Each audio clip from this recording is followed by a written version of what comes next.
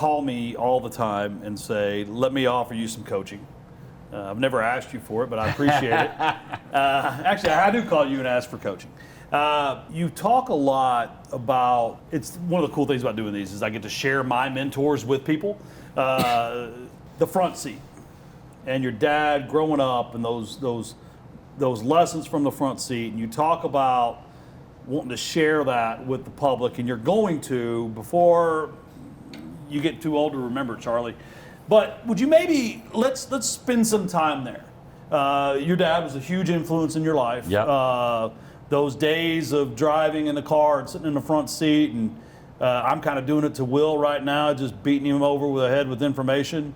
What are some of those lessons that from the front seat that helped you in your entrepreneurial journey of moving to Texas from Florida and then now running one of the largest advertising companies in the Southwest? Yep.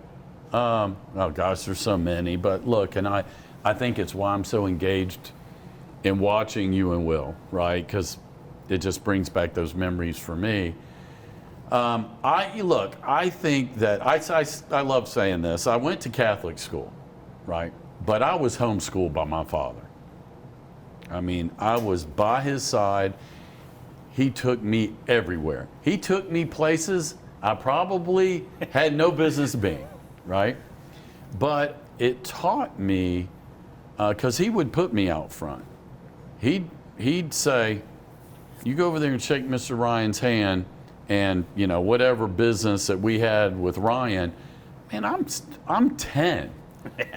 And he's got me here, and he's got me somehow playing a part in what we're doing right now. And what that led me to, I think ultimately, is I don't really have a fear at all of jumping in and meeting new people and trying new things. I am a sponge, and I think you see it, Tim. There's a lot of times that you guys are talking in acronyms and I don't understand what it says, and I'll stop and I'll ask, hey, do you mind explaining that to me? So I think that from a very young age, it gave me the confidence to talk to anybody, any adult.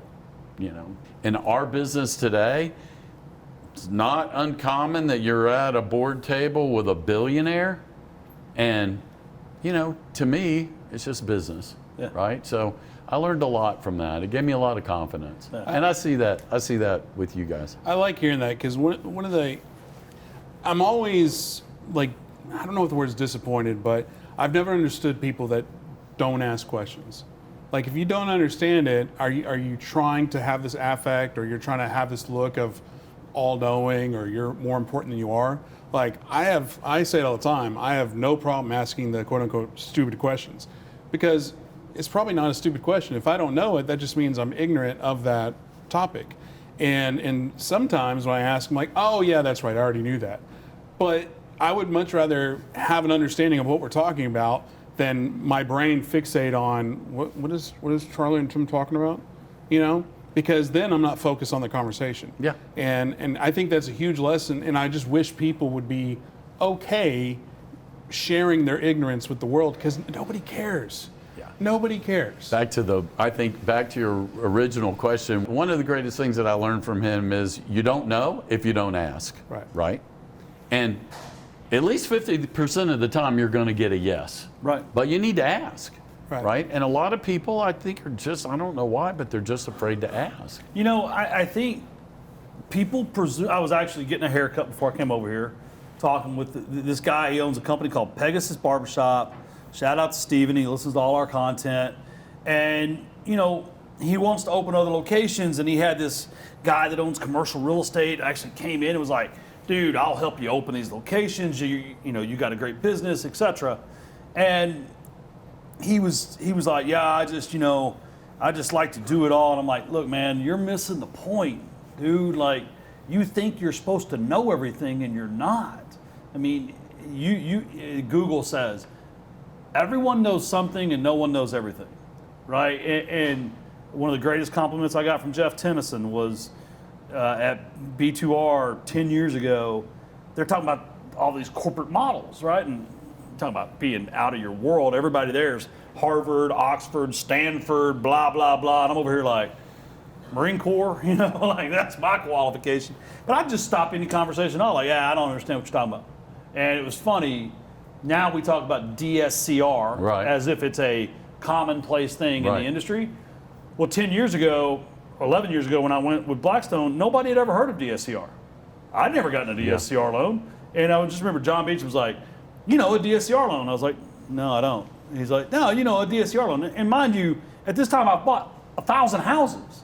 I'm not an idiot in real estate, but I did not know what he was talking about. And I finally just stopped him in the conversation because they were all buying buildings like this with DSCR loans, but no one had ever bought a single family house. And so I'm just like, I don't know what you're talking about.